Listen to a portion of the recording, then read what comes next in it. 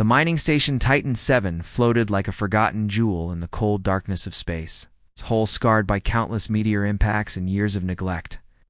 Inside the small cafeteria, Nora Mitchell stirred a pot of synthetic stew, humming softly to herself as steam fogged the small porthole windows. At 28, she had chosen this isolated posting specifically for its solitude, running from memories that still haunted her dreams back on Earth. The alarm klaxon shattered her peaceful moment, its harsh wail echoing through the cramped corridors. "Emergency beacon detected. Sector 7, the mechanical voice announced. "All personnel report to stations." Nora wiped her hands on her apron and grabbed the emergency medical kit.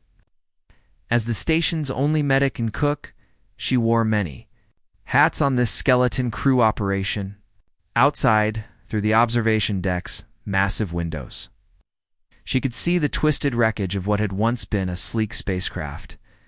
Now embedded in the asteroid they called home, Captain Brooks, a grizzled veteran with more scars than stories, shook his head grimly. "Look, Zanari," he muttered, spitting into his cup. "Those bastards don't deserve our help after what they did to Colony 7. Nora had heard the stories. The Zanari were a warrior race, feared across the known galaxy for their ruthless efficiency in battle. Their dark blue skin and silver markings made them unmistakable, and their reputation preceded them wherever they went. But as she approached the crash site in her environmental suit, something made her hesitate. The pilot was still alive, barely. His breathing came in ragged gasps through a cracked helmet, and strange silver blood leaked from multiple wounds. He was massive, Isley, 7 feet tall, with the characteristic blue skin and intricate silver tattoos that marked him as Zanari, nobility. But his eyes, when they fluttered open and met hers, held no violence. Only pain, and something that looked remarkably like gratitude. "Don Tingder," come crackled with Brooks' voice. "Leave him to die. It's what his kind would do to us." Nora's finger hovered over the come button. Every rational thought told her to walk away. The Zanari had destroyed human colonies, enslaved entire species, and showed no mercy in their conquests. But as she looked at this dying warrior, she saw something else. She saw someone's son, perhaps someone's beloved, bleeding out alone in the cold vacuum of space.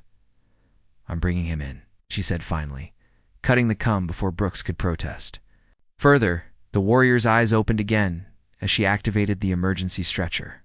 His lips moved, forming words in his native tongue that her translator struggled to parse. "Thank you," it finally managed. "Why?" "'Cause it's the right thing to do," Nora whispered, not sure if he could hear her through their helmets' comms. As they made their way back to the station, she wondered if her compassion would prove to be the station's salvation or their doom. Either way, there's no turning back now. The medical bay had never felt smaller as Nora worked to stabilize her unexpected patient.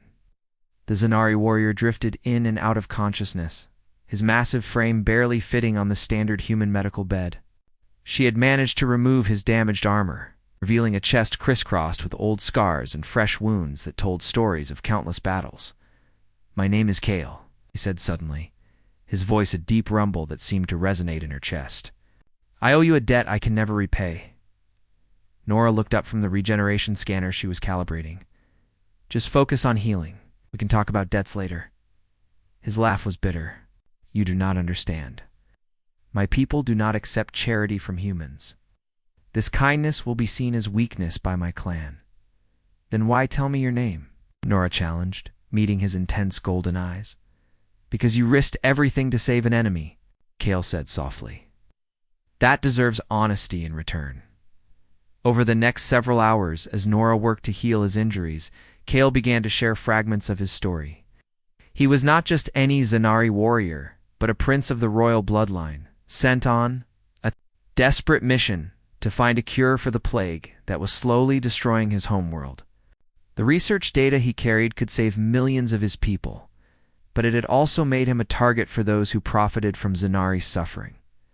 "The xenophage virus," he explained as Nora changed his bandages. Her touch surprisingly gentle for human. "Hands, it attacks our nervous system. Within a generation, my entire species will be extinct unless we find a cure." Nora felt her breath catch as their hands briefly touched during the procedure. His skin was surprisingly warm, and she could feel the rapid pulse beneath his blue flesh. Why should humans help? Your people have been at war with us for decades. Kale's expression grew pained. Because war is a luxury the dying cannot afford. And because, he paused, looking directly into her eyes. Because some bridges can only be built by those brave enough to cross first. The moment stretched between them, charged with an electricity that had nothing to do with the medical equipment surrounding them. Nora felt her cheeks flush as she realized she was staring into his eyes longer than medically necessary. There was something about this alien warrior that called to her, something that went beyond simple compassion for a wounded creature. "You're different than the stories say," she whispered. Kale reached up slowly, his large hand cupping her face, with surprising tenderness. "And you are far braver than any warrior I have known. Your people speak of Zanari monsters, but what do they say of humans who show mercy to their enemies?" Before Nora could answer, the medical bay doors hissed open. Captain Brooks stood in the doorway, his face a mask of rage and betrayal. His hand rested on his sidearm, and behind him, she could see 2 other crew members with weapons drawn. "Step away from it, Nora," Brooks commanded. "That thing is going back to the brig where it belongs." Nora felt Kale tense beneath her touch, saw his muscles coil despite his injuries. She could sense the warrior in him preparing for battle, even wounded and outnumbered. But instead of moving away, she stepped closer, placing herself between Kale and the weapons. "His name is Kale," she said firmly, "and he's under my medical protection." The standoff that followed would change everything for both of them. The hunters' pursuit 3 days passed in tense quiet aboard Titan VII.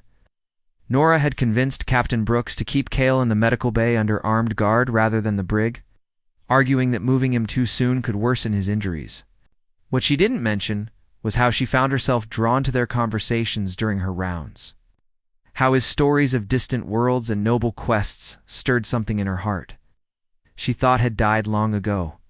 Kale told her about his homeworld, Zephyria, with its crystal cities and floating gardens. He spoke of his younger sister, who had been among the first to fall to the plague, and of the desperate hope that drove him across the galaxy in search of salvation for his people. In return, Nora found herself sharing her own painful past. The loss of her family in a Zanari raid that had driven her to this isolated outpost. "I understand why you hate my kind," Kale said after she finished her story. "If our positions were reversed, I would struggle with the same feelings.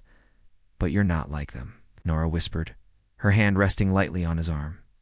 "You're trying to save lives, not destroy them." Their growing connection was interrupted by the harsh blare of proximity alarms. Long-range sensors had detected 3 ships approaching fast, their signatures matching known bounty hunter vessels. Nora felt her blood run cold as she realized they had come for Kale. In the command center, Captain Brooks pulled up the incoming transmission. The hologram that appeared was of a scarred human mercenary with cybernetic implants covering half his face. "This is Commander Voss of the Shadow Syndicate," the image declared. "We know you're harboring the Zanari fugitive. Surrender him peacefully and we'll spare your station." Kale appeared in the doorway behind Nora, having somehow overpowered his guards. His golden eyes burned with determination as he stepped forward. "Tell them I surrender," he said quietly. "My fight is not worth your lives." Nora spun to face him, her heart pounding. "You can't. They'll torture you for information about your people's defenses. Better that than watch innocent humans die for my mistakes," Kale replied. But Nora could see the fear he was trying to hide. The bounty hunters gave them 1 hour to comply. As the crew debated their options, Nora made a decision that surprised even herself. She slipped into the cargo bay, where Kale was preparing to turn himself in, and grabbed his arm. "There's another way," she said urgently. "The mining shuttle. It's small enough to slip past their sensors if we use the asteroid field for cover." Kale stared at her in amazement. "You would risk everything for me?" "Why?" Because Nora swallowed hard, her next words feeling like stepping off a cliff. "Because somewhere in the past few days, I've fallen in love with you." The confession hung between them like a bridge neither had expected to cross. Kale's expression softened, and he reached out to touch her face with infinite gentleness. "Then we face this together," he said simply. 20 minutes later, they launched into the swirling chaos of the asteroid field, pursued by ships that wanted to tear them apart. But for the first time in years, Nora felt truly alive. Love, she realized, was the greatest adventure of all. Hearts in the Void small mining shuttle bucked and rolled as Nora piloted it through the treacherous asteroid field, her knuckles white on the controls. Behind them, the bounty hunters.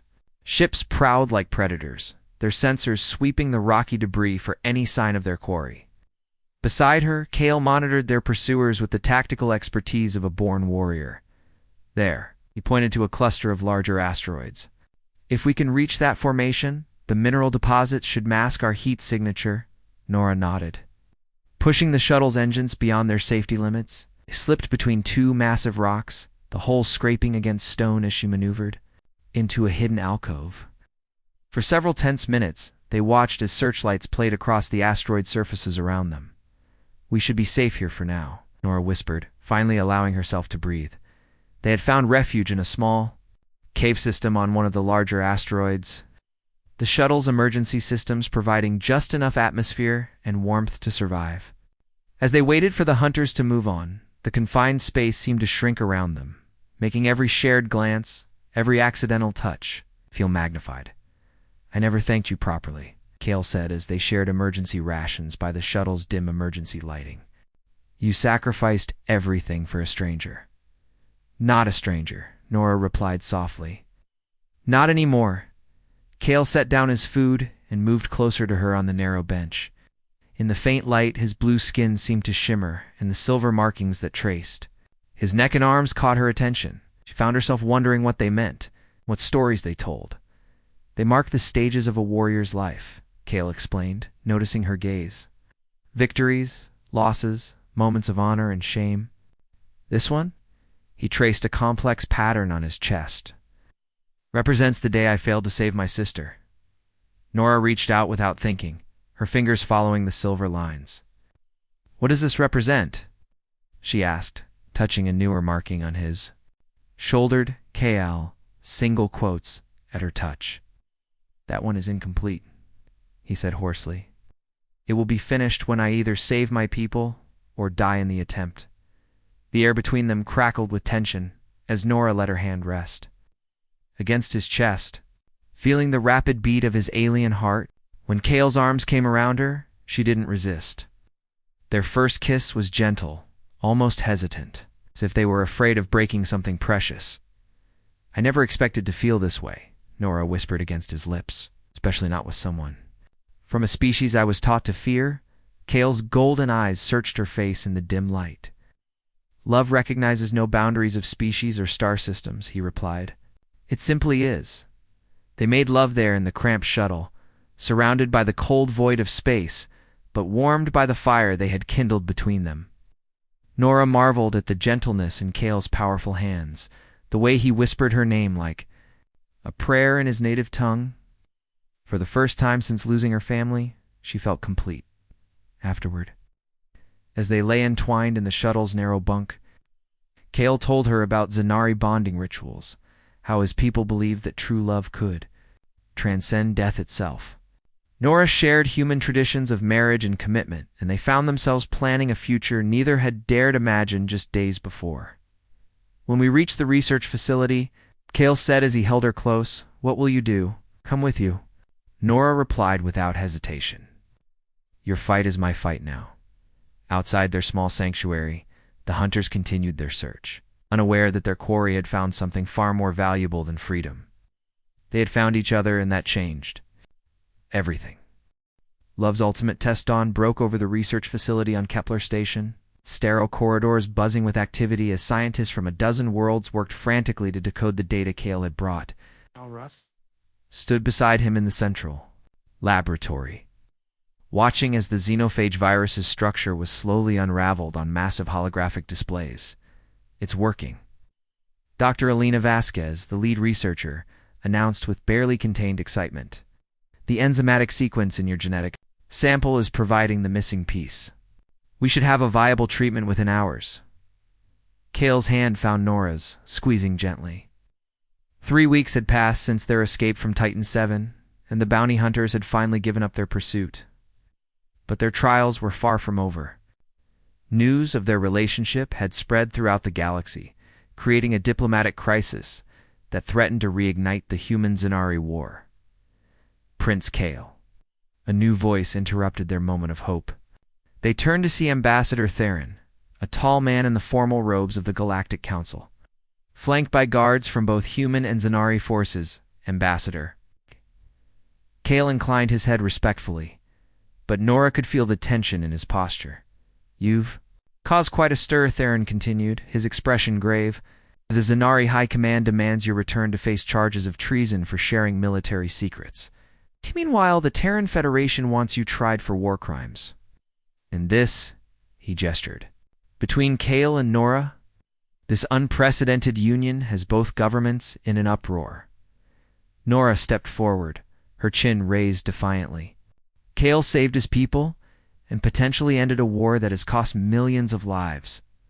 How is that treason? Because he trusted humans with Zanari secrets, Theron replied. Because he chose love over loyalty to his own kind. Loyalty to my people is exactly why I did this, Kale said firmly. The plague would have destroyed us within a generation. These humans offered help when our own allies turned away. Ambassador Theron sighed, looking older than his years. I'm here to offer a compromise. Kale, you can return to Zephyria with the cure and full pardons for all parties. The Council will even recognize this research station as a symbol of interspecies cooperation. Nora felt her heart sink as she sensed the catch coming. But the human woman stays here, Theron continued. The union between you cannot be recognized. It threatens to many established treaties and cultural boundaries. The laboratory fell silent except for the hum of machinery. Nora looked at Kale, seeing the anguish in his golden eyes as he faced an impossible choice. To save his people but lose the woman he loved, or abandon his mission for personal happiness. How long do we have to decide? Nora asked quietly. The transport leaves in 2 hours, Theron replied, alone in the corridor outside the lab. Kale pulled Nora into his arms as if he could somehow keep her there through sheer force of will.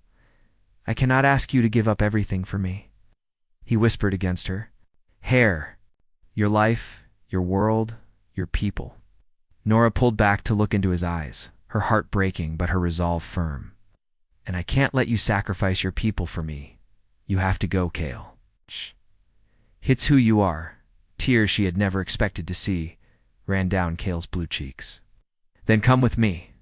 My world needs healers, teachers, people like you who see beyond the differences between species. The proposal hung between them, as momentous as any declaration of war or peace treaty. Yes, Nora said simply. Yes, I'll come with you. 2 hours later, as their transport ship pulled away from Kepler Station, Nora watched her old life shrink to a distant point of light. Beside her, Kale held the cure that would save his people, while she carried something equally precious, the love that would help bridge two worlds.